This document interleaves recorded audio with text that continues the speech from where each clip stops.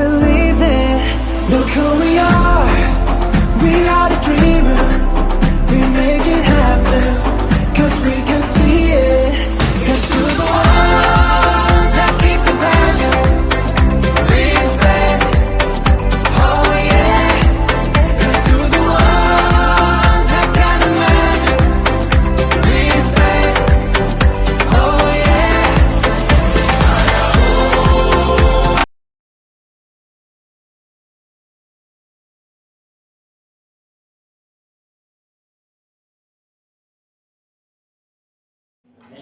Terima kasih Bapak Ibu sekalian. Bismillahirrahmanirrahim. Assalamualaikum warahmatullahi wabarakatuh.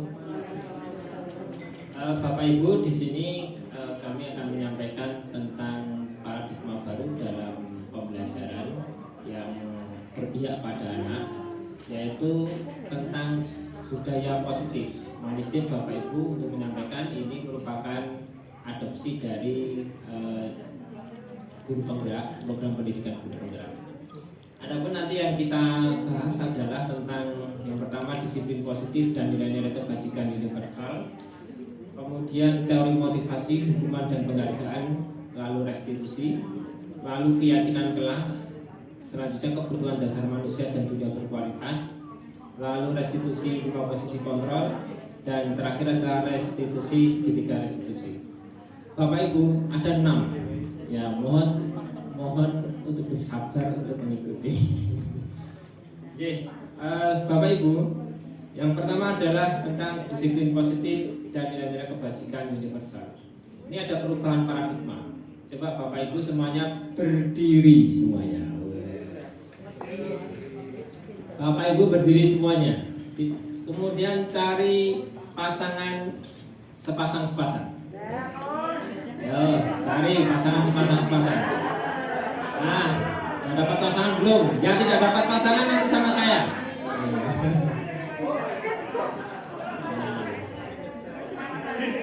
Oke. Mas Fauzi atau Mbak Ninda nanti pas dinamika kelompok boleh diingat ke sana ya. Oke.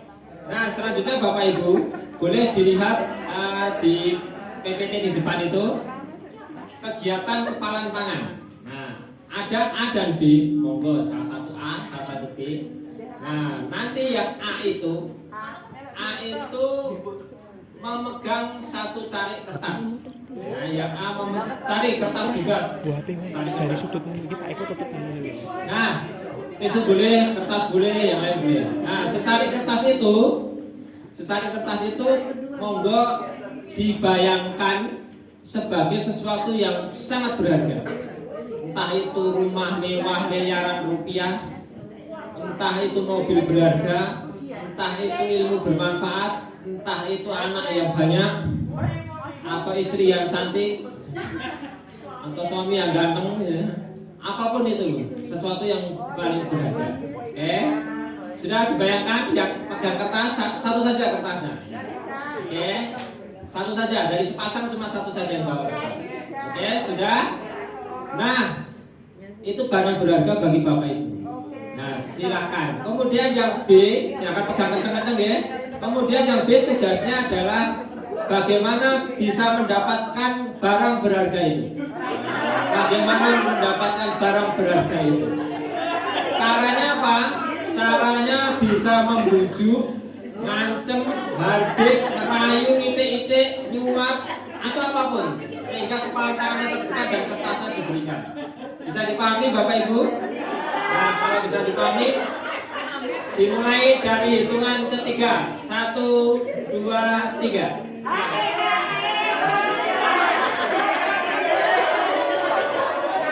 Pegang kencang-kencang ya. Yang A pegang kencang-kencang kertasnya. Monggo.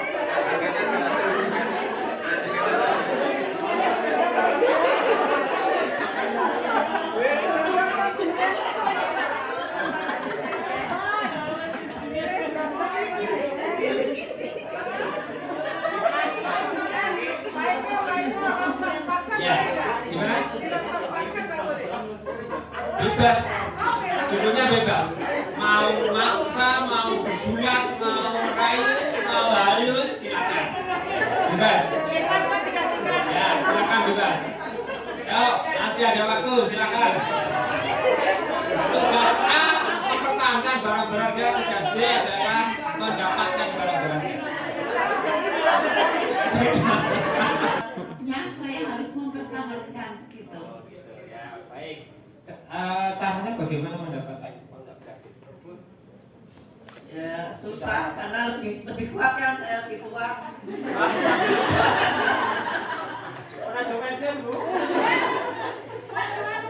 Wah, selamat pensiun. Baik, yang sudah mendapat silakan dulu. Kemudian yang lain, yang dapat sekarang, yang dapat bu. Dapat bu. Yang ngasih siapa bu yang ngasih? Monggo. Kenapa dikasihkan bu? Soalnya dia kepengen banget saya. Pengen banget. Loh, sekarang bagaimana cara menunjukkan kepengen banget dan caranya merayu tadi? Saya sih mintanya tadi dengan sopan banget ya. Ini boleh nggak kalau saya minta gitu, sama dikasih. Jadi dengan sopan lemah lembut. Terima kasih, moga boleh duduk. Kemudian yang mendapat lagi. Berapa? Nah itu yang sudah mau pensiun jadi. Tadi belum bisa deh. Jangan dapat bu? Dapat separuh. Nah, coba kok mendapat dan memberikan separuh. Terima kasih karena Bu Hayu kan sudah soulmate lama jadi dia kan bisa kasih separuh gitu loh biar adil. Tapi kalau dia minta soulmate saya nggak kasih. Oh berarti belum paling berharga barangnya tadi. Harusnya suami enggak. Suaminya di separuh. Itu pun caranya merayu. Saya kan juga merayu kakak Mbak Hana. Kebetulan Mbak Winnie ini udah soulmate lama, kita kan soulmate. Masa Mbak Hana kasih gitu. Lama-lama dia luluh. Padahal yang berharga itu suaminya. Masa dikasih separuh saya Pak. Terima kasih. Terima kasih Bapak Ibu, tepuk tangan untuk Bapak Ibu semuanya. Monggo enggak lagi, ya Bapak Ibu ternyata banyak sekali argumen. Nah itu yang nanti kita mati. Oh mungkin laptopnya sampaikan. Tetapi intinya adalah ada upaya-upaya untuk membuat seseorang yang memiliki barang berharga tadi itu melepas. Nah itulah nanti Bapak Ibu kita pelajari dalam teori kontrol, stimulus kontrol nanti. Nah,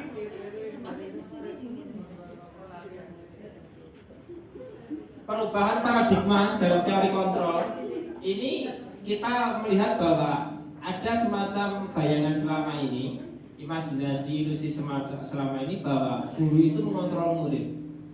Jadi artinya murid itu sebagai objek didik kita yang itu bisa kita kendalikan semau kita.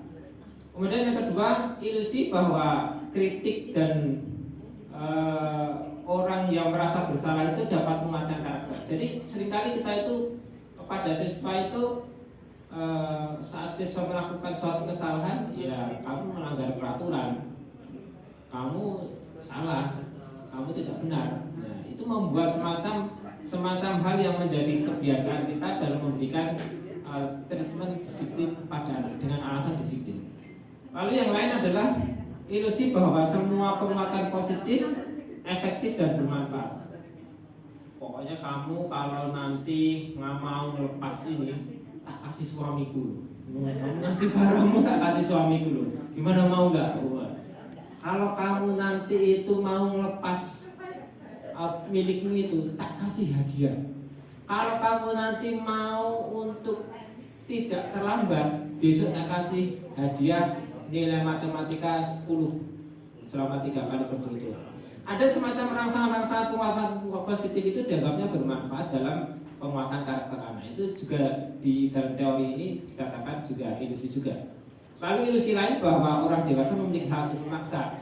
Tadi sing tua yang kalah harus dipaksa sama yang yang lebih dianggap lebih kuat. Orang yang lebih kuat, orang yang lebih dewasa, orang yang lebih punya power kekuasaan seolah-olah mempunyai kekuasaan untuk bisa mengendalikan yang lebih lemah atau lebih muda atau lebih junior.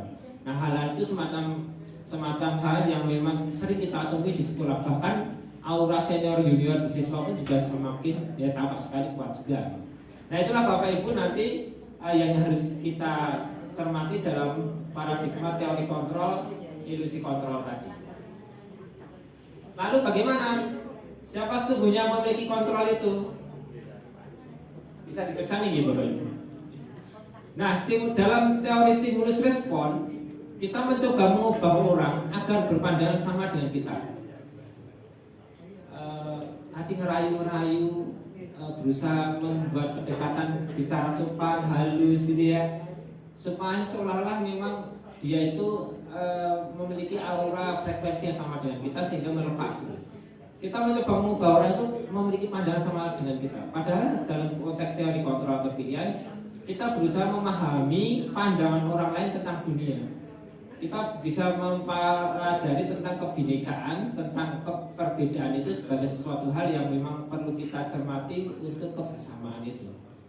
Perilaku guru dilihat sebagai suatu kesalahan. Ada siswa melanggar tata tertib, ada siswa terlambat, ada siswa keluar ke kantin saat pelajaran, ada siswa tidak masuk kelas. Kita anggapnya secara kasat mata itu adalah suatu pelanggaran. Padahal tentunya kita juga dalam BK.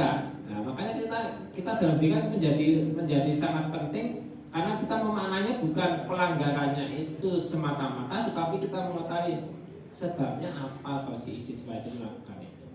Sehingga semua perilaku itu memiliki tujuan. Tujuannya apa kalau siswa itu kenapa kalau dia ke kantin? Lapar Pak. Apakah betul lapar? Ketemu teman Pak? Apakah mau ketemu teman juga ataukah yang lain? Nah itulah pentingnya kita sebagai guru BK untuk bisa menggali tujuan dia itu sebenarnya apa. Bukan semata-mata yang ada di luar bahwa dia tidak sesuai dengan aturan tata tertib, bukan semata-mata begitu. Kemudian ada teori SR lagi. SR mungkin Bapak Ibu psikologi mohon maaf ini mungkin lebih kono Bapak Ibu mungkin yang menyampaikan ya. Dalam teori stimulus respon, orang lain bisa mengontrol saya. Orang lain bisa mengontrol saya. Saya bisa mengontrol orang lain. Kalau enggak, saya pertama saya rayu, halus, enggak bisa tak getak, enggak bisa tak jimbit, enggak bisa tak pukul, enggak bisa tak piting, enggak bisa tak ancam. Itu kan ada semacam gradasi peningkatan intimidasi kepada seseorang untuk mendapatkan sesuatu tadi. Orang lain bisa mengontrol saya, padahal sebenarnya hanya kita yang bisa mengontrol kita sendiri. Maka tadi yang tidak melepas, Bu Trisni tadi tidak melepas, maka ya harus saya pertahankan. Ya sudah, harus saya pertahankan. Saya yang bisa mengontrol, saya dirayu itu tawari dodol nggak mau, tawari durian nggak mau, belah durian sendiri aja. Punya durian apa itu, tawari durian misalnya. Berondong, itu nggak pengen. Jadi saya bisa kontrol diri saya. Nah itulah. Kemudian tadi Bu Maria sama Bu siapa tadi itu lah dia pengen kita kasih. Bisa saya kontrol, bagi saya nggak masalah tak kasih kan ya, kontrol diri saya, tapi pengen tak kasihkan saja. Nah itu bukan orang lain yang mengontrol saya, orang lain bisa mengontrol saya, tapi ya karena saya bisa mengontrol terserah saya mau kencang ya, saya kencengin, saya mau lepas ya lepasin. Ya itu diri kita yang bisa mengontrol kita. Itu teori kontrol atau teori pilihan. Jadi kita dihadapkan pada pilihan-pilihan itu sendiri. Lalu berikutnya adalah pemaksaan ada pada saat bujukan gagal. Nah, saat tadi Bapak Ibu kan ada gradasi mendapatkan barang berharga dimanifestasikan ke tas tadi itu. Pertama kan pun merayu halus dengan lemah lembut, kemudian nggak bisa dengan iming-iming, nggak bisa dengan ancaman, nggak bisa jotosi, nggak bisa lapor ke Pak Polisi. Artinya gradasi semakin meningkat dan pada posisi lebih kekerasan. Demikian juga mungkin itu yang kita lakukan juga ya, mungkin di sekolah ya, ada gradasi-gradasi gitu ya. Nah, yang dalam teori pilihan atau kontrol bagaimana? Kolaborasi. Jadi kita melakukan kolaborasi dan konsensus untuk menciptakan pilihan-pilihan baru. Gimana kalau kamu itu misalkan supaya tidak terlambat, apa yang memang perlu dilakukan. Kenapa kamu bisa terlambat itu, sebabnya apa? Terus kira-kira apa yang bisa kamu lakukan supaya tidak terlambat? Bagaimana pendapatmu jika terlambat itu terhadap situasi di kelas saat kamu datang?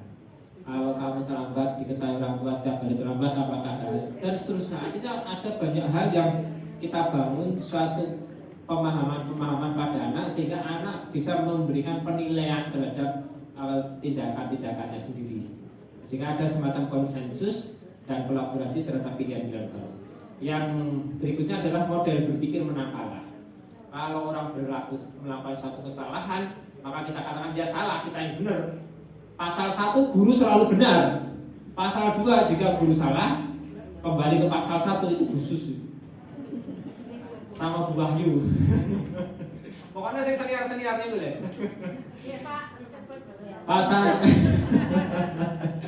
Pasal 1 senior selalu benar. Pasal 2 jika senior salah, kembali ke pasal 1. Itu nggih Mas, yang masih fresh graduate itu. Nah, itu berpikirnya menang kalah. Nah, nanti yang dibangun dalam teori kontrol atau pilihan adalah berpikir menang-menang. Gimana caranya dia juga melakukan sesuatu yang kita inginkan. Anak-anak bagaimana supaya tidak terlambat, bagaimana supaya anak-anak itu tidak melanggar tata tertib, tetapi dia juga tidak merasa bahwa dia selalu disalahkan dan menjadi objek yang mengganggu. Dia tidak merasa salah, tetapi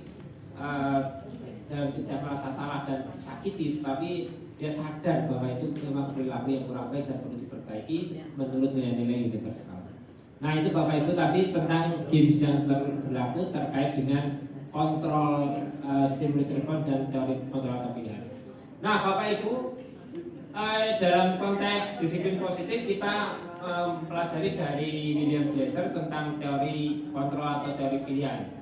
Anda tidak bisa mengontrol orang lain, hanya Anda yang bisa mengontrol diri Anda. Nah, kemudian semua perilaku memiliki tujuan, lalu model berpikir menang-menang, kolaborasi konsensus. Selanjutnya realitas kebutuhan kita berbeda. Kita berusaha memahami pandangan orang lain tentang dunia.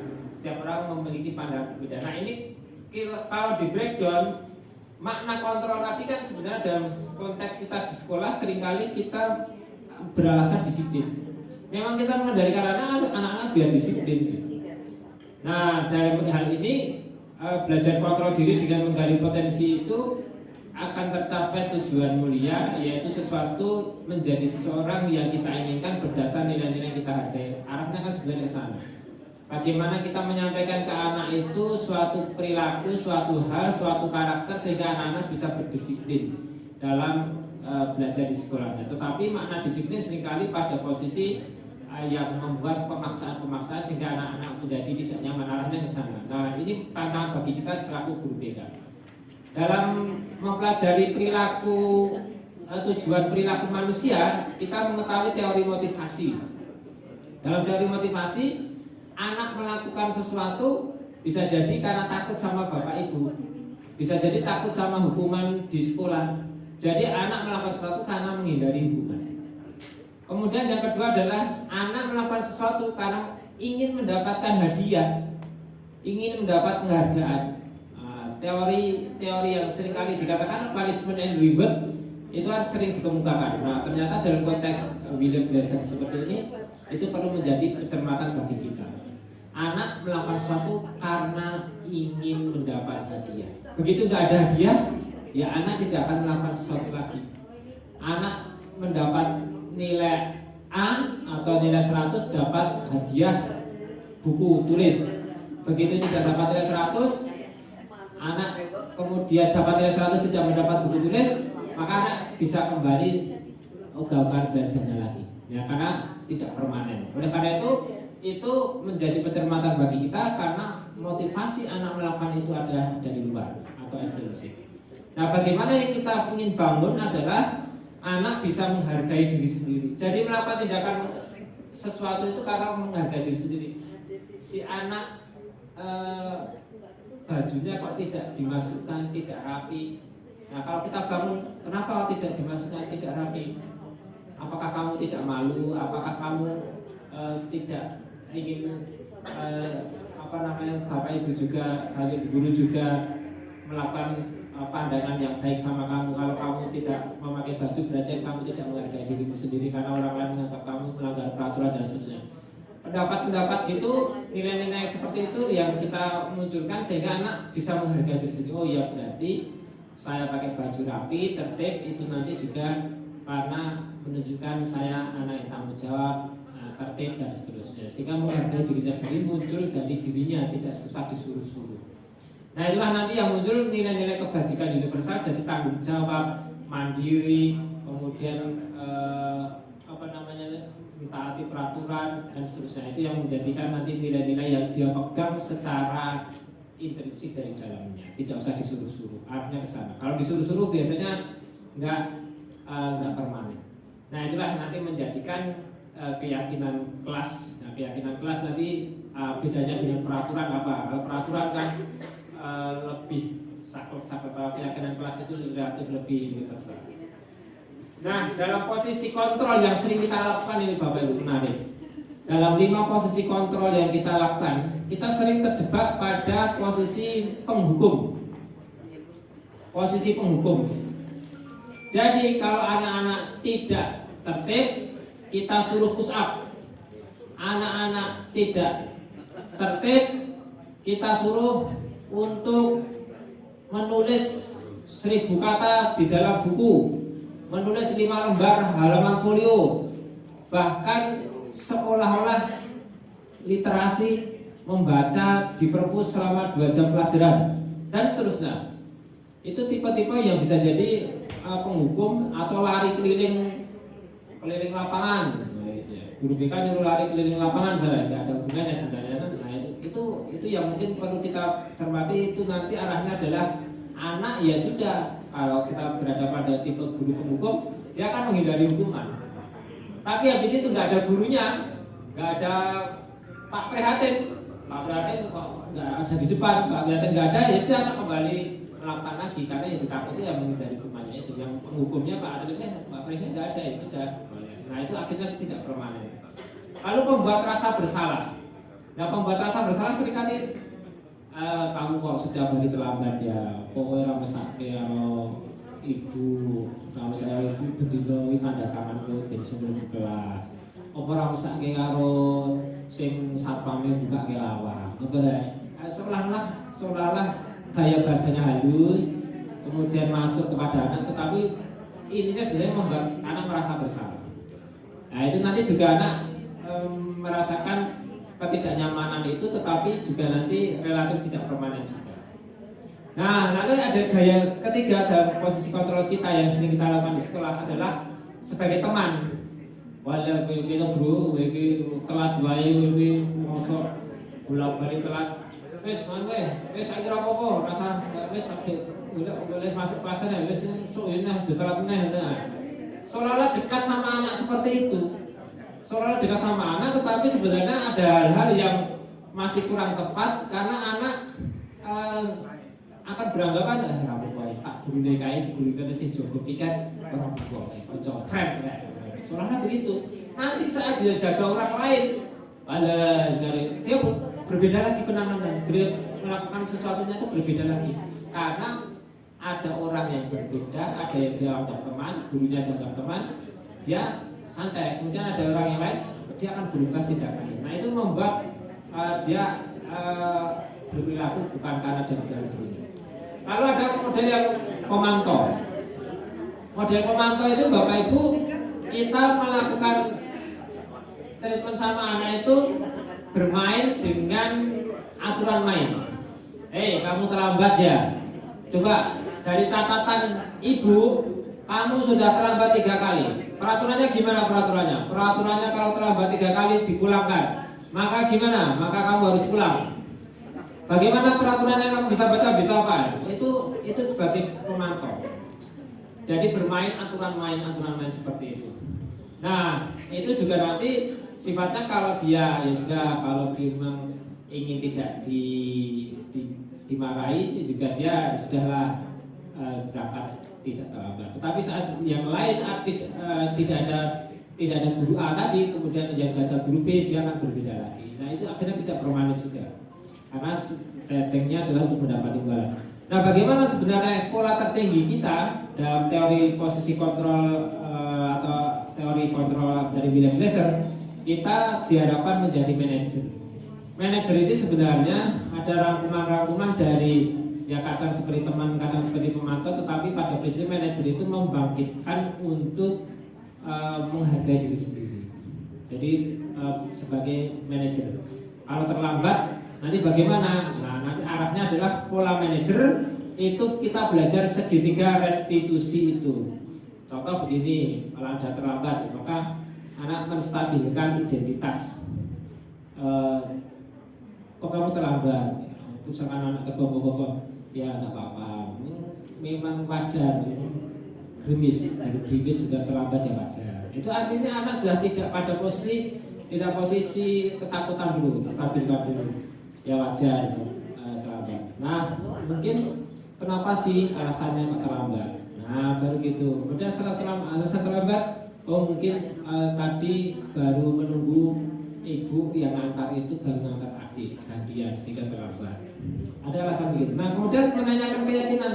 Nah, kalau gitu terus caranya gimana? Kamu nanti juga akan terlambat terus. Nah, kira-kira nilai keyakinan apa yang membuat kamu itu biar tidak terlambat?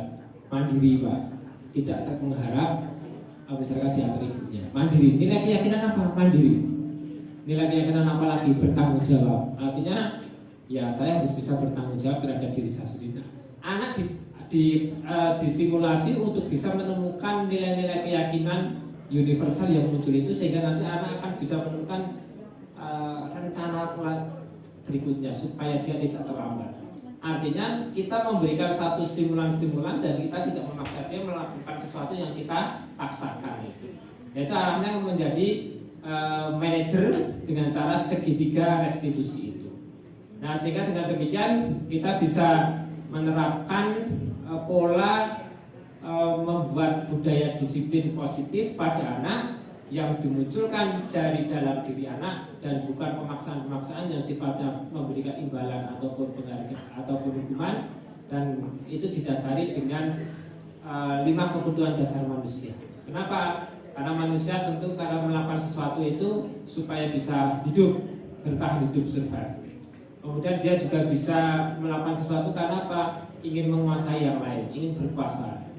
Anak OSIS misalkan, anak ketua kelas, kenapa dia ingin jadi ketua kelas atau OSIS? Karena ingin juga menguasai temannya misalkan.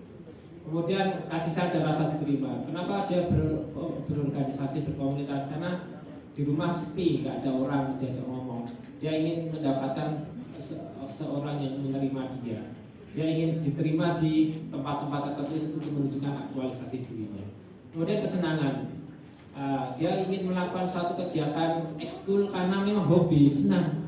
Karena pramuka diwajibkan, nggak senang disuruh cari ekskul yang lain, misalnya futsal, basket dan sebagainya. Ingin mencari kesenangan dalam tindakan dia. Lalu kebebasan, karena selalu dikekang, di rumah dikekang, di sekolah dikekang. Dia ingin melakukan kegiatan yang bebas, misalnya bernyanyi, misalkan sepak bola, seperti Pak Jindar itu juga ingin bebas, sebenarnya sepak bola.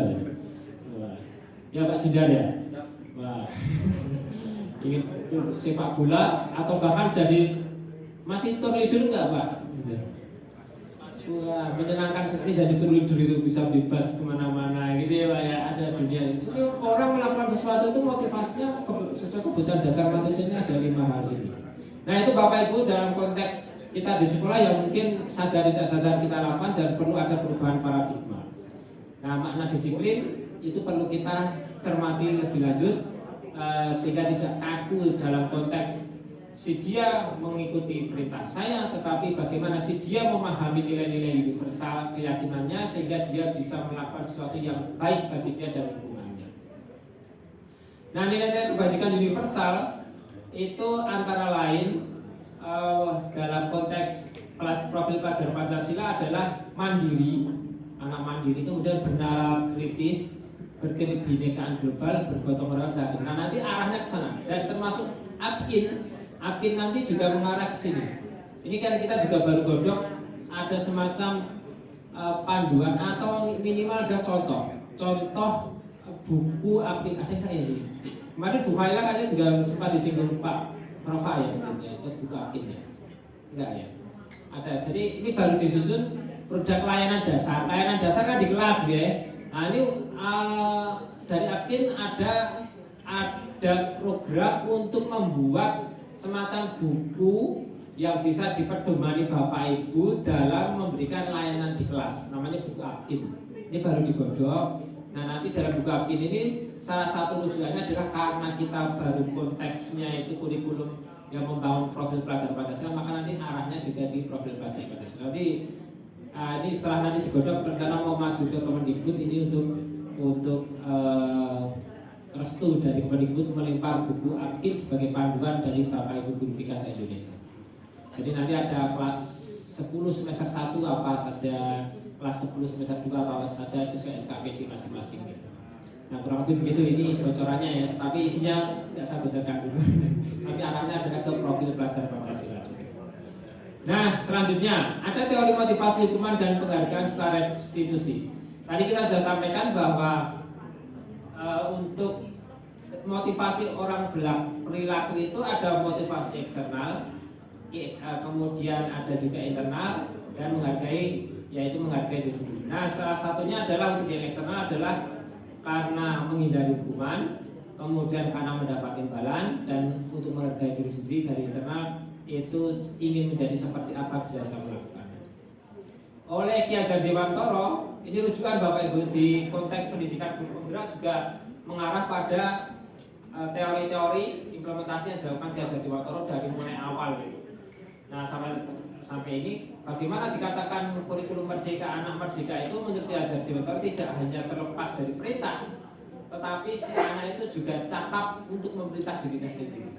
Artinya anak bukan hanya merdeka tidak diperintah oleh bapak ibu guru maupun orang tuanya, tetapi dia juga bisa mengendalikan dirinya sendiri. Merdeka itu artinya merdeka yang bukan bebas dari segala hal, tetapi dia juga bisa merdeka dalam mengendalikan dirinya, dalam memerintah dirinya, dalam mengontrol dirinya.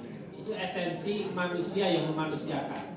Jadi orang per orang bapak ibu guru yang pegang kertas tadi itu juga memiliki kemerdekaan. Mau saya lepas kertasnya, mau saya simpan lepas kertasnya, itu kemerdekaan bapak ibu dalam rangka mengendalikan diri. Itu nanti konteks merdeka menurut Ki Hajar Dewantoro. Nah, Bapak Ibu ternyata ada hal yang menarik ini.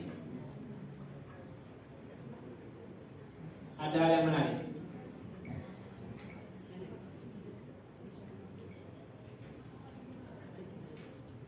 Ada pertanyaan pemantik.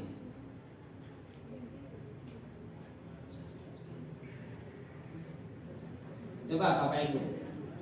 Nah, setelah sedikit dari kami tadi menyampaikan, ada pertanyaan pemantik. Nomor 1 Bapak Ibu. Bapak Ibu pertanyaannya tinggal nanti menjawab setuju atau tidak setuju. Hukuman dapat mendisiplinkan anak. Yang setuju siapa? Setuju nggak? Setuju nggak ini? Hukuman dapat mendisiplinkan anak. Setuju tidak? Setuju tidak? Bareng yang keras. Setuju atau tidak? Yang setuju tunjuk jari. Yang tidak tunjuk jari. Yang tidak menjawab tunjuk jari.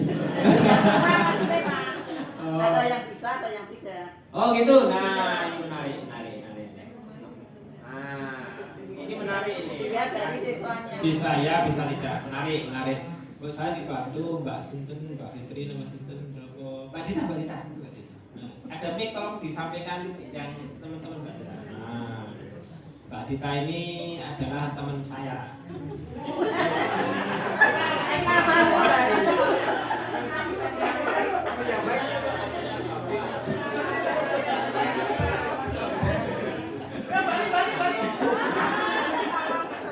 Loh, coba nggak percaya tanya, Mbak Dita teman saya bukan Mbak Dita? Iya, saya.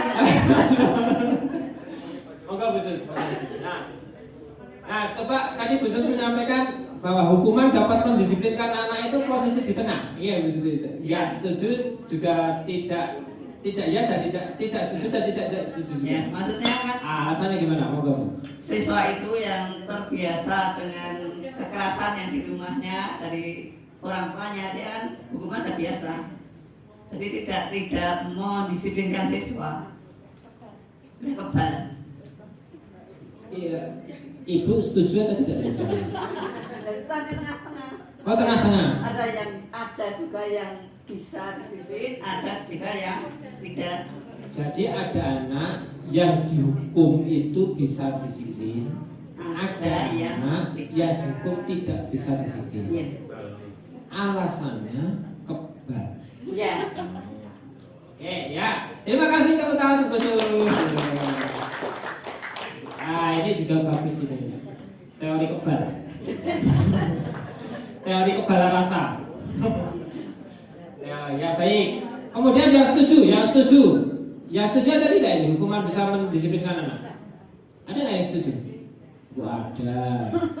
Enggak ada ya. Oh baik. Sekarang yang tidak setuju bahwa hukuman itu mendisiplinkan anak dan mau berpendapat, monggo tunjuk jari. Yang tidak setuju hukuman itu bisa mendisiplinkan anak, mohon pendapatnya. Tunjuk jari salah satu. Enggak ada. Aduh ini dokter, kumpul dari sami apa? Yang tidak setuju, Mbak Cita disampaikan ke Bu Lasri. Oh Bu Lasri.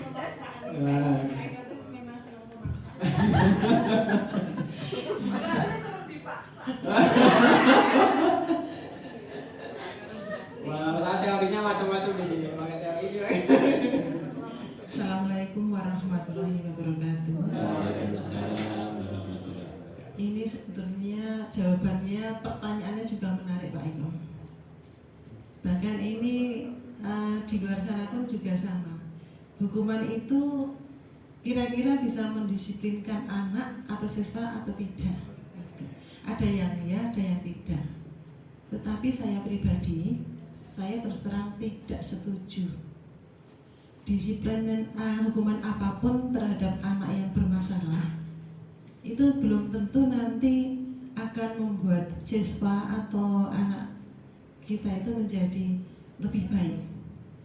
Bahkan malah sebaliknya, kita itu nama saya misalnya, saya memberikan hukuman baik itu verbal maupun non verbal, itu sama-sama nama saya itu sudah dicatat menggunakan tinta emas oleh anak tersebut.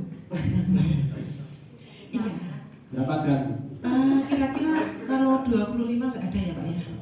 Kurang dari 25, 24 saja. 24 karat atau karatan? Sekarang itu mahal ya Pak, Mas Eko. Mas Eko. Mas Eko saja. Yang saya alami adalah seperti ini Pak Eko. Saya waktu belajar menjadi guru BK di SMA kemudian, waktu koordinatornya Pak Yamasari, sekarang beliau sudah pensiun, Pak Isan juga sudah pensiun, itu beliau mengatakan pada saya, Bu Lasri, jenengan guru BK di sini paling muda sendiri, tentu memiliki keakuan yang sangat kuat dan tinggi, tetapi penjenengan jangan coba-coba memberikan hukuman baik verbal maupun non verbal pada siswa asuh, karena endingnya nanti penjenengan akan dicatat. Ternyata betul Pak Eko. Waktu itu Pak Yamasari itu cuma memberikan hukuman tidak berupa yang memberatkan, tapi kata-kata. Ternyata kata itu menyakitkan bagi anak.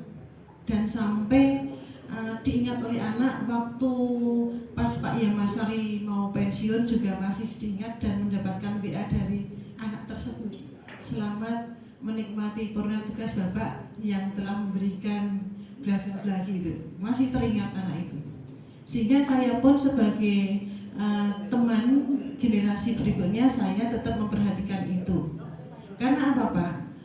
Untuk pemberian hukuman ini kita tidak serta-merta. Kalau misalnya di rumah anak sering dihukum oleh orang tuanya, kita malah bertanya, loh kenapa kok orang tua sering memberikan hukuman pada anak? Di mana letak sumber masalahnya? Atau benang merahnya, atau titik yang menyebabkan anak mendapatkan hukuman di rumah. apakah hubungan suami istri atau ayah mereka itu tidak harmonis, atau cara mendidiknya, dan seterusnya. Sehingga kita sebagai guru BK diharapkan sebetulnya, apalagi Kabupaten Sleman sudah meratifikasi tentang ramah anak dan juga sehat jiwa di masing-masing sekolah. Itu kita harus menekankan jangan sampai memberikan hukuman pada siswa baik verbal maupun verbal. Kita ajak bicara saja apa yang menjadi penyebab dia melakukan itu. Nanti kalau sudah ketemu, kita juga mengajak, ayo bagaimana solusinya. Anak yang harus menentukan apa yang mau diambil untuk masa depan anak, sehingga anak benar-benar kita gali, baik itu pola pikirnya, baik itu hatinya, dan seterusnya, sehingga anak akan berubah. Kalau dihukum Pak, main kesel Pak, bener. Saya melihat yang lainnya memberikan hukum, main kesel. Dan anak itu kalau sudah sering dihukum, dia tidak menemukan guru yang sering menghukum, memang seperti yang diingat Pak Eko, dia akan melakukan yang lebih. Dan Pak Eko tidak meresani ya, waktu anak sering diberi hukuman pada seseorang, dan saat orang tersebut sudah berpaling, anaknya di belakang apa Pak Eko? Mencibir, bahkan yang bla seperti itu. Sebenarnya dilangi. Kayak ada siaran ulang. Tetap. Iya. Nah ini nggak ada belakang. Itu yang saya lakukan selama ini, tetapi mungkin juga ada kekurangannya karena masing-masing pribadi sebagai guru bimbingan konseling memiliki pola yang sendiri-sendiri. Tetapi pola untuk bimbingan konseling, kita sebagai teman, sahabat, juga sebagai orang tua, juga sebagai apa ya? Ya, itulah guru bimbingan konseling. Tapi saya yakin di Kabupaten Sleman nggak ada kok Pak yang memberikan hukuman baik verbal maupun verbal, karena sering ketemu di MBBK. Gitu. Terima kasih Pak Eko. Assalamualaikum warahmatullahi wabarakatuh. Waalaikumsalam warahmatullahi wabarakatuh. Tepuk tangan jelas ini kayak pidato Ibu Kepala Dinas rasanya. Terima kasih Bu Lasri. Jadi sudah lengkap sekali ya. Lengkap sekali bahwa hukuman dapat mendisiplinkan anak, itu Bapak Ibu tidak setuju. Nah sekarang juga yang kedua sekarang Bapak Ibu, pemberian hukuman dengan hal positif sekarang, seperti membaca atau membersihkan halaman halaman sekolah dapat meningkatkan disiplin anak. Jadi anak-anak misalkan ya tadi paling mudah itu sebenarnya ya, administrasinya terlambat. Nah kalau terlambat sekarang silakan membaca 2 jam pelajaran di perpus, atau anak-anak silakan membersihkan nyapu halaman sekolah, kalau perlu mau diisi. Itu setuju nggak Bapak Ibu? Setuju nggak? Wah, dada gitu. Nanti tidak dikira dikasih mic nanti. Setuju tidak Bapak Ibu? Tidak. Adakah yang setuju? Tidak. Ada. Setuju Pak? Nah, monggo Pak. Nah, pemberian hukuman dengan hal positif seperti membaca dan membersihkan halaman sekolah dapat meningkatkan disiplin anak. Nah, monggo Pak ini. Pak ini setuju ya? Terima kasih Pak Eko atas waktu yang diberikan saya. Pada prinsipnya punishment yang positif ini ya, kalau prinsipnya punishment itu memang kalau bisa kita hindari, tetapi dalam rangka mendisiplinkan anak itu yang kami terapkan di sekolah kami Pak, untuk anak-anak yang terlambat ya, untuk anak-anak yang terlambat ini diberi, kalau dulu kami karena posisi jam 7 itu setelah menyanyikan lagu Indonesia Raya, itu anak-anak yang datang setelah menyanyikan dianggap terlambat. Kemudian anak-anak diminta nuntun sepedanya, maksudnya motornya, padahal nggak keluar itu kan 3 lantai. Nah itu dengan harapan anak-anak itu jerah atau kapok untuk tidak terlambat. Tetapi kenyataannya tidak kapok. Nah sehingga diberi hukuman yang dikatakan sedikit positifnya. Di antaranya satu, membersihkan rumput yang ada di halaman. Kemudian Itu yang dilakukan teman-teman. Kalau saya sendiri pas piket atau ada di depan, itu bagi anak-anak yang muslim misalnya, saya tanya, kok terlambat sudah? Nah, sudah sholat subuh belum, misalkan belum, langsung disuruh ke masjid. Kalau bilang sudah, sementara karena teman-temanmu ini literasi di dalam kelas, kamu sekarang literasinya di sini. Sudah hafal bacaan surat pendek kah atau seberapa, itu kita minta untuk membaca kitab di situ. Untuk yang muslim Al-Quran, dan yang lain mungkin melaksanakan semacam peribadatan sesuai agamanya. Itu hukuman positif yang kami sampaikan di tempat kami, Pak, yang dilakukan di tempat kami. Nah, ini dalam rangka anak-anak itu juga supaya tidak terlambat, supaya disiplin dan seterusnya. Sementara itu, Pak, supaya tidak terlalu panjang, mungkin ada yang lain. Terima kasih. Assalamualaikum warahmatullahi wabarakatuh. Terima kasih Pak Eni. Ya, ini tadi testimoni dari Pak Eni ya, berdasarkan realita yang dijalani ya. Nah, itu efektif tidak Pak Eni terhadap si A, si B itu yang terlambat tadi, kemudian dia akan bisa lebih disiplin di kemudian hari. Insya Allah untuk yang kedua ini malah anak menjadi lebih efektif, Pak. Jadi tidak mengulang keterlambatannya dan apa ya istilahnya, ada yang malu kalau membersihkan halaman gitu. Malu sehingga malah dia katanya malah milih yang nonton motor itu naik daripada yang membersihkan itu. Terima kasih, Pak. Ya, kemudian saat tidak ada Pak Eni, apakah itu berlaku juga hukuman itu? Untuk yang lain, untuk yang membersihkan halaman sekolah, ini yang mencabut rambut itu tetap berlaku, Pak. Tetap berlaku. Kalau saya memang saya tambah itu untuk sesuai dengan agamanya itu, biar ada manfaatnya terlambat. Yang lain literasi di kelas, tapi dia juga harus literasi walaupun terlambat dengan kita dampingi. Demikian, Pak. Baik, terima kasih Pak Eni. Tepuk tangan untuk Pak Eni. Nah, Bapak Ibu, monggo Bu Tineke. Saya itu kelingannya Mbak Anida ya. Langsung kelingan Mbak Anida. Monggo seniornya Bu Anin. Bukan, Bu Tineke, monggo Bu Tineke. Oke, terima kasih atas kesempatan. Jadi begini ya, setahu saya kita sebagai guru BK memang bukan polisi sekolah. Satu, kedua, kalau kita yang menjalankan piket dan sebagainya, mestinya sesuatu yang menjadi aturan atau tata tertib sekolah mestinya sudah disosialisasikan ke siswa. Jadi siswa harus tahu kalau telat apa-apa. Dan selanjutnya yang pengalaman kita di SMA Gamping, SMA 1 Gamping, bahwa akhir-akhir ini setelah pandemik, memang anak berubah total ya. Setelah pandemik, terlambat itu menjadi makin hari makin banyak. Karena mungkin sudah terbiasa dengan libur di rumah ya, WFH, WFO itu, jadi kayak seperti itu. Terus berjalannya kurang lebih pandemi, karena kita SMA Negeri 1 Gamping menjadi SMA percontohan untuk Sleman pertama kali untuk mengadakan KBM.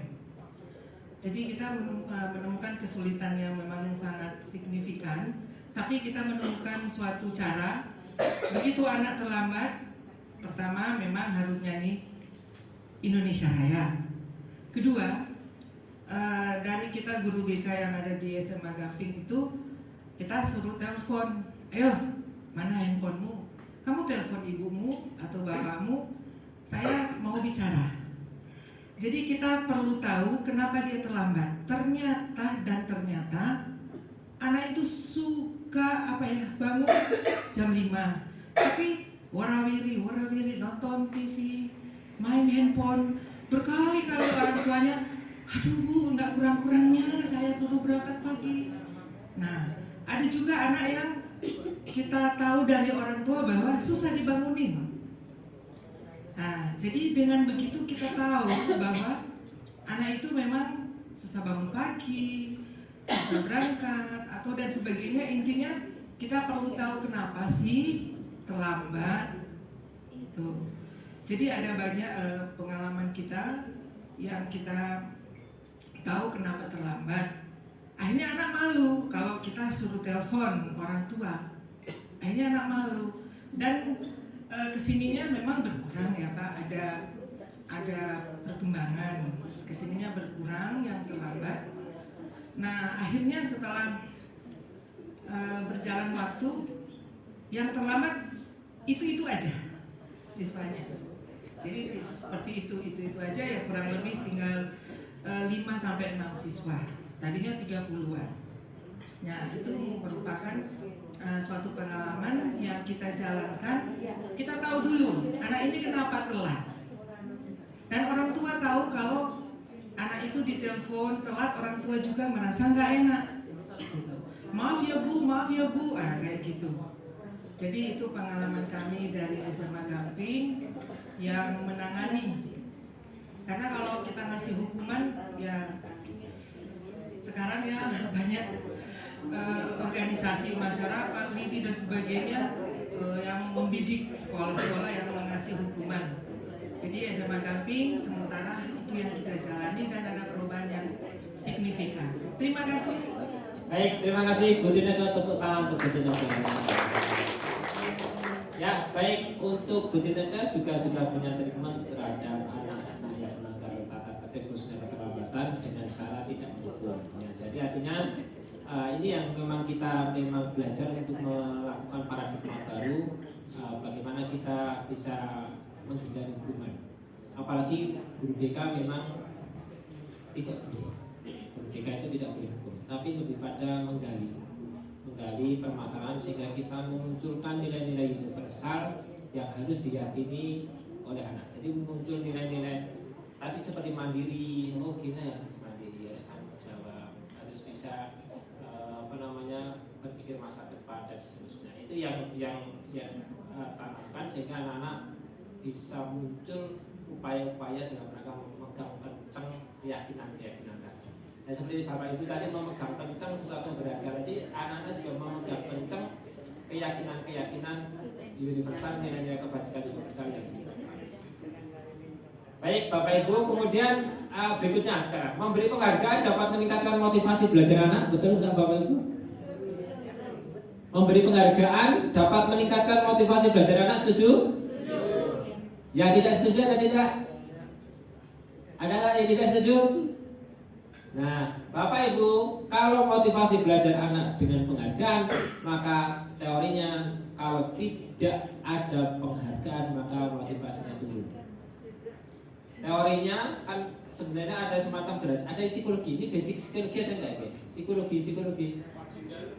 Oh Pak Jindar psikologi. Nah itu sebenarnya kan ada extinction ya Pak Jindar. Ada extinction juga. Jadi kita plotting suatu penghargaan untuk memberikan motivasi. Setelah motivasinya setelah pencapaiannya dapat, kemudian kita hapus sedikit-sedikit. Betul Pak Jindar? Extinction ya. Nah, sedikit-sedikit. Bu Mariati pelajarannya Bu Rita, Bu Mariati. Pelajarannya Bu Rita. Dikurangi dikit-dikit sampai pada posisi dia bisa eksis tanpa penghargaan. Tapi ternyata Bapak Ibu dalam teorinya Glaser ini membuat penghargaan itu akan membuat semacam peningkatan motivasi semu. Jadi artinya bahwa begitu tidak ada penghargaan maka motivasinya juga relatif turun. Sehingga hal-hal yang berkaitan dari motivasi yang didapatkan dari luar relatif tidak permanen. Tetapi dalam teori pendidikan perilaku memang ada upaya-upaya yang mengarah ke sana. Maka yang dalam teori ini, teori pilihannya Glaser ini yang dibangun adalah motivasi intrinsik. Bagaimana anak itu bisa belajarnya meningkat, itu hasilnya meningkat, motivasi meningkat itu dimunculkan nilai-nilai kebajikan. Biar kamu sukses, biar kamu bertanggung jawab, biar kamu itu bisa hidup bahagia dan seterusnya, sehingga bagaimana dia memegang nilai-nilai keyakinan itu untuk dilaksanakan. Kurang lebih begitu Bapak Ibu untuk yang berkaitan dengan motivasi itu. Sehingga memberi penghargaan dapat meningkatkan motivasi belajar anak, dalam teori ini tidak. Begitu Bapak Ibu. Selanjutnya kita beri satu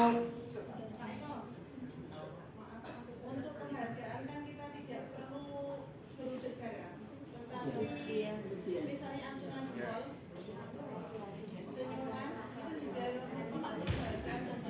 ya, Dan betul. itu malah dianggap tidak efektif karena anak tidak menerima garam, tetapi menerima sambutan dari kita, memberikan motivasi. Jadi anak tidak akan merasa bagaimana. Ya, Tetapi penghargaan bukan sikap perilaku kita. Acuan buat dia. ya. Baik, terima kasih Bu. Jadi arahnya kalau yang penghargaan tadi itu kita ekstrimkan adalah penghargaan atau imbalan ataupun hadiah. Jadi arahnya ke sana. Jadi itu sesuatu iming-iming dari luar yang membuat anak itu akan tergerak karena iming-iming itu. Kalau misalkan jempol tadi contohnya jadi gini, ini masuk ke sini pengakuan. Ya, jadi program kebajikan apresiasi. Nah, kalau pengakuan apresiasi ini yang perlu kita lakukan. Maka dari itu perlu kita lakukan suatu pengakuan secara khusus. Secara khusus pada anak tentang tadi, memang luar biasa.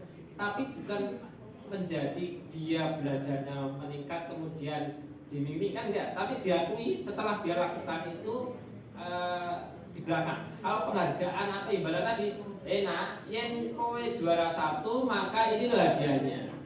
Nah, tak kasih ini ya, semacam itu. Tapi kalau sudah dia melakukan dari dirinya, maka kita harus pengakuan. Nah, itu pengakuan apresiasi. Lalu pengakuan secara pribadi pada personalnya langsung itu akan sangat mengena. Seperti ini umum, kemudian kita temui secara khusus akan lebih mengena. Kemudian bergantian seperti masing-masing anak, lalu secara konsisten dan fokus pada proses. Artinya kita memang konsisten dalam memberikan penghargaan jempol bagus. Artinya itu memberikan pengakuan, ya.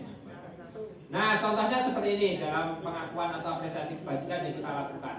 Saat anak menolong murid baru di kelas kita, pada saat menolong murid baru, di kelas kita berikan nilai kebajikannya adalah rasa empatinya besar itu adalah kemarin saya perhatikan, kan gitu ya. Kemarin saya perhatikan kamu kok begini. Itu menunjukkan empati kita pada si anak itu. Loh, ternyata saya anak baru tetapi sudah diperhatikan guru saya. Nah, itu wujud dari apresiasi atau pengakuan kebajikan. Lalu saat situasinya membantu teman-teman di tugas kelompok, itu nilai kebajikan yang kita pegang apa? Kepedulian. Maka kita bilang saya menghargai pendapat Anda. Nah, itu berarti sudah terjadi. Jadi pengakuan atau apresiasi. Lalu saat ada anak memungut kertas yang berserakan di lantai, yang menunjukkan itu adalah tanggung jawab dia, kita berikan terima kasih ya nak ya sudah memungut kertas itu. Kamu memang ya itu menunjukkan tanggung jawab, kita aja menunjukkan terima kasih saja sudah memberikan suatu pengakuan. Itu belajar dari teman-teman semua. Nah, Bapak Ibu, ini ada contoh. Ya, silakan dijawab sekarang. Ada namanya hukuman, ada namanya konsekuensi. Ada namanya hukuman, ada namanya konsekuensi. Coba boleh dijawab Bapak Ibu serentak. Beda juga boleh. Mencatat 100 kali di dalam buku kalimat saya tidak akan terlambat lagi karena terlambat sekolah. Itu hukuman atau konsekuensi? Hukuman ya. Ada yang konsekuensi? Boleh beda loh. Hukuman ya. Nah, nanti kita lihat kuncinya. Lari mengelilingi lapangan basket 2 kali karena terlambat hadir di sekolah. Hukuman atau konsekuensi? Oh, dia lari loh. Dia terlambat loh. Ya, pokoknya ini seperti ini dulu. Ini hukuman atau konsekuensi? Hukuman lagi. Dicatat Bu Weni, dicatat Bu Weni. Yang ketiga, murid diminta untuk push up 15 kali karena tidak menggunakan masker ke sekolah. Hukuman. Yang beda siapa ini? Hukuman semuanya hukuman. Menggantikan kertas tugas teman yang telah dicoret-coret. Konsekuensi bedanya apa bedanya? Ya. Berikutnya, membersihkan tumpahan air di meja tulis karena tersenggol pada saat belajar. Konsekuensi. Murid disuruh untuk mengenakan sepatu sehari di sekolah karena tidak mengenakan sepatu hitam. Kan tidak menggunakan sepatu hitam.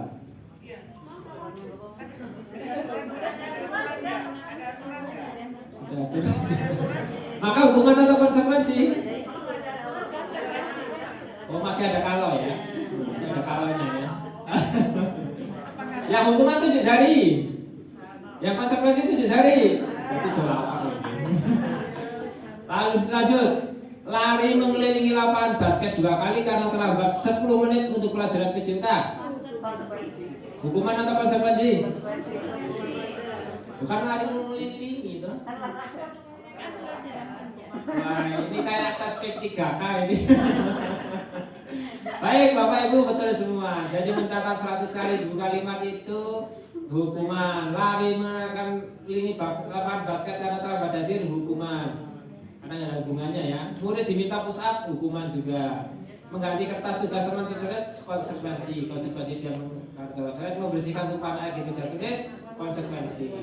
Murid disuruh mengenakan sepatu, hukuman. Kemudian yang terakhir, karena ini kata kuncinya pelajaran pecinta, jadi ada hubungannya, maka ini konsekuensi.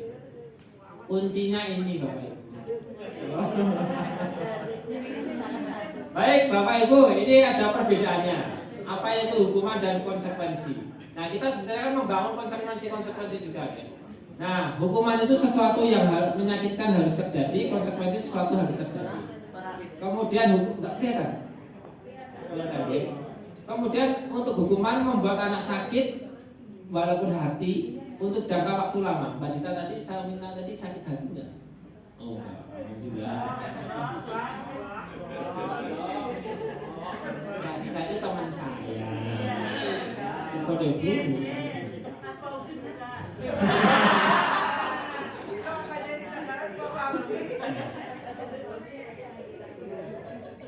Kemudian kalau konsekuensi membuat anak merasa tidak nyaman dalam jangka waktu pendek. Lalu untuk hukuman anak membenci kedisiplinan, kalau konsekuensi anak menghargai kedisiplinan. Untuk hukuman bersifat paksaan, kalau konsekuensi stimulus tanggapan. Nah, ini waktunya sudah ya saya percepat sedikit. Lalu mendorong anak menyakiti diri sendiri untuk hukuman, kalau konsekuensi anak didorong untuk menyesuaikan diri. Hukuman membuat citra konsep diri anak buruk. Konsekuensi konsep diri anak baik karena bertanggung jawab. Anak belajar untuk menyembunyikan kesalahan dalam hukuman biar tidak dihukum. Kalau konsekuensi anak belajar untuk tahu patuh pada peraturan. Hukuman membuat marah, rasa bersalah, dipermalukan, merasa tidak dihargai. Kalau konsekuensi membuat kehilangan hak, dibuat tidak nyaman, dihasilkan untuk sementara waktu terdampak. Nah, ini Bapak Ibu yang terkait dengan hukuman dan konsekuensi. Nah, kemudian restitusi itu membangun pada identitas sukses. Jadi tidak membuat hukuman yang membuat anak tidak nyaman jangka panjang ataupun netral, konsekuensi netral. Jadi yang kita ingin bangun itu restitusi. Ya, ini memberikan pilihan-pilihan. Nah, kalau restitusi itu sifatnya adalah positif, konsekuensi sifatnya netral, hukuman negatif. Contohnya di dalam dialognya, kalau hukuman itu peraturannya adalah tidak boleh terlambat, maka kamu harus masuk pagi. Nah, itu hukuman. Maka sekarang kalau terlambat kamu pusat. Nah, kalau yang konsekuensi itu dikatakan apa peraturannya? Kamu tahu untuk peraturannya? Mampukah kamu melakukannya? Terima kasih. Mampukah kamu melakukan supaya tidak terlambat? Peraturannya jam 7 sudah di sekolah. Apakah kamu bisa melakukannya? Terima kasih. Itu konsekuensi. Kalau yang restitusi itu saat anak terlambat, apa yang kamu yakini supaya kamu tidak terlambat? Nilai-nilai apa yang kamu yakini? Apa yang bisa kamu lakukan untuk memperbaiki masalahmu supaya tidak terlambat? Apa rencanamu ke depan? Nah, itu restitusi. Jadi ada beberapa anak yang contoh di atas seperti ini. Maka dari ini hukuman membuat anak membenci peraturan. Konsekuensi membuat anak menghormati peraturan. Dan yang restitusi membuat anak menghormati dirinya sendiri dan orang lain. Nah, bagi bapak ibu guru BK saat melakukan seperti ini, restitusi juga lebih berwibawa, lebih gesaknya itu muncul, lebih dihargai. Jadi anak menghargai diri sendiri maupun orang lain, guru BK juga menghargai diri sendiri maupun si anak juga.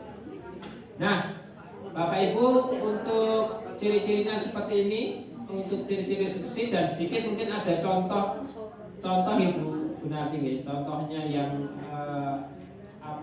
restitusi itu seperti apa, mungkin bisa dilihat di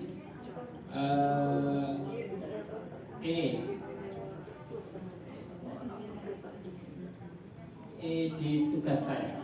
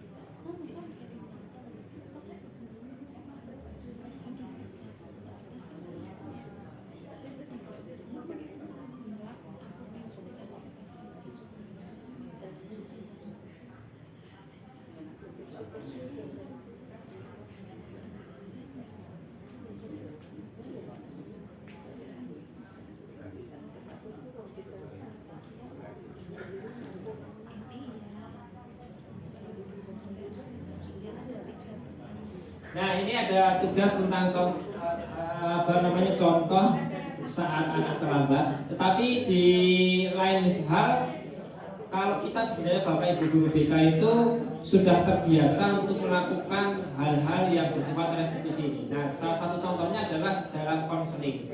Dalam konseling, baik itu pribadi, sosial, belajar karir, termasuk kalau saya contohnya juga di karir, kan kita serta-merta tidak langsung membuat anak itu kita tentukan. Ini salah satu kata kunci Bapak Ibu. Tidak serta-merta anak-anak kan kita tentukan. Anak-anak, kamu harus masuk ke perguruan tinggi ini. Kamu nilainya seperti ini. Kalau kamu nanti masuk sini jelek, kamu nggak mungkin diterima. Kalau masuk, kita kan nggak seperti itu ya Bapak Ibu.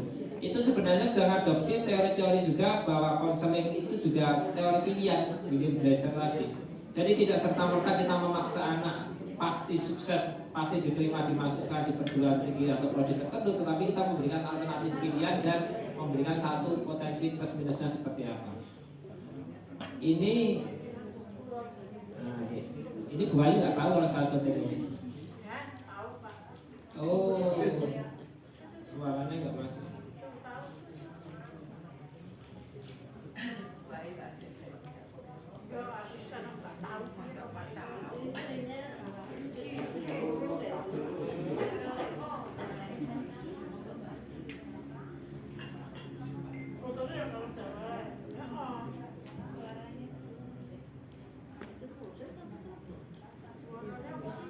Suaranya nggak masuk ya? Dari suara ini.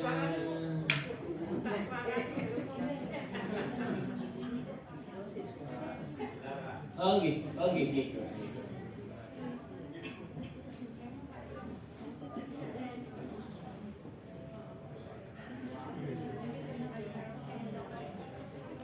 Ya, jadi ada beberapa kesimpulan bahwa dalam teori pilihan ini kita menghargai orang lain termasuk siswa kita itu dalam mengontrol dirinya sendiri. Jadi kita bukan pada posisi kita pasti bisa mengontrol murid-murid kita, tetapi kita berikan anak-anak itu membuat suatu keyakinan kelas, keyakinan nilai-nilai universal bahwa dia bisa berkembang sukses itu berdasar keyakinan nilai-nilainya itu.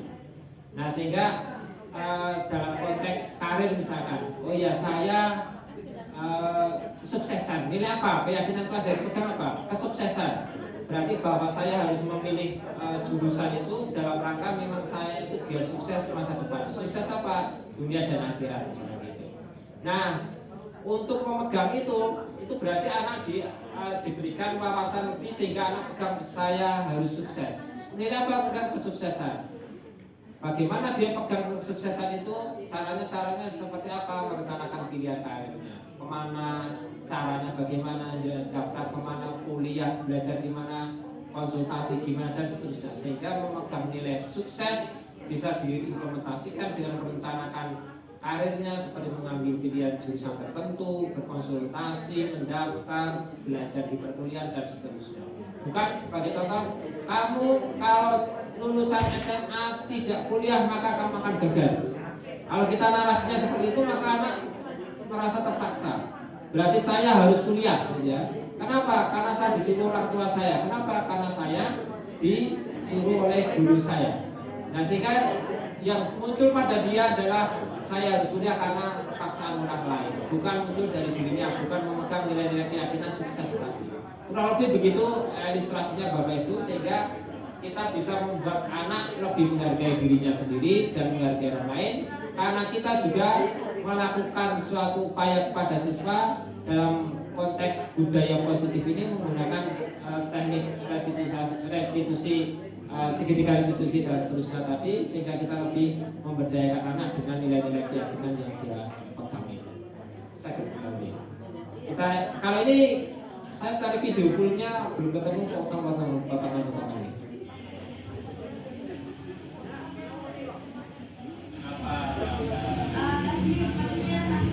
Jadi lucu dia dirinya sendiri.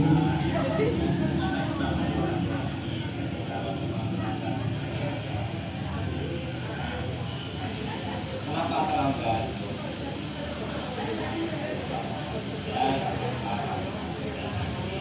Terus kenapa kok bisa sakit? Bisa apa? Ada kata kenapa terlambat. Nah, kemudian jawab, kemudian validasinya adalah ya nggak apa-apa. Itu membuat anak minimal secara emosi dia stabil gitu ya. Oh, terus kamunya terlambat juga. Terlambat juga kamunya. Jam berapa kamunya?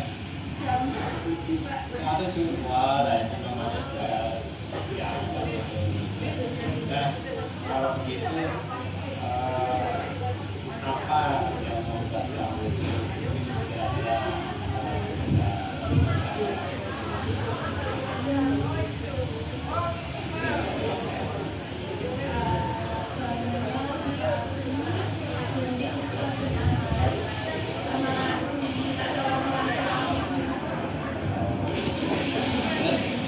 nilai-nilai yang tidak sesuai kamu lakukan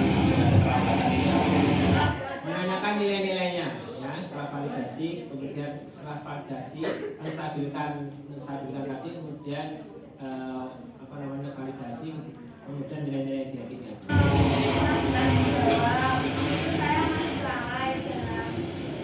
Maka bertanggung jawab.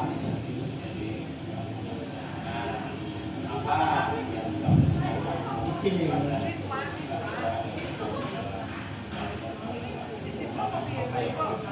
terpaksa benar-benar.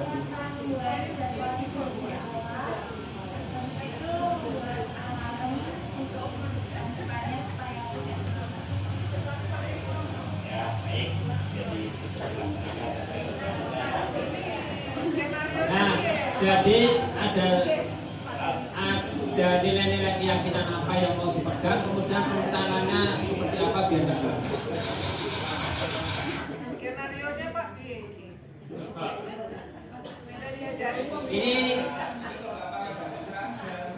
ini di dalam.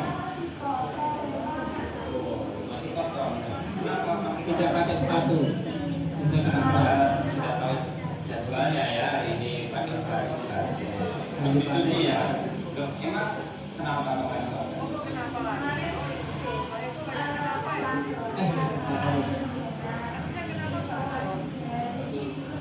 Tidak harus pakai kenapa, tapi saya menggali permasalahannya. Tapi ya selama ini jadi ibu. Kenapa lagi? Kenapa juga biasa?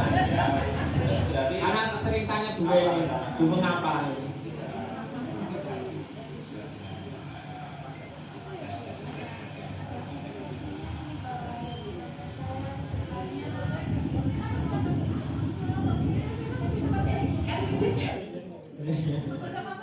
Baik, ini Bapak Ibu ya sedikit simulasi dan contoh-contoh yang lain sebenarnya banyak yang bisa kita implementasikan karena keterbatasan waktu kita berikan beberapa contoh yang dibuka tadi.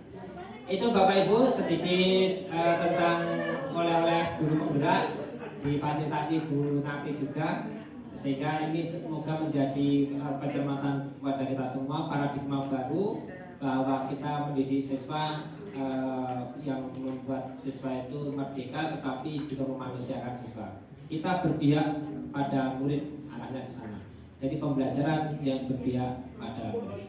Terima kasih Bapak Ibu atas perhatiannya dan semoga menjadi pelajaran bagi kita semua dan bermanfaat bagi kita semua.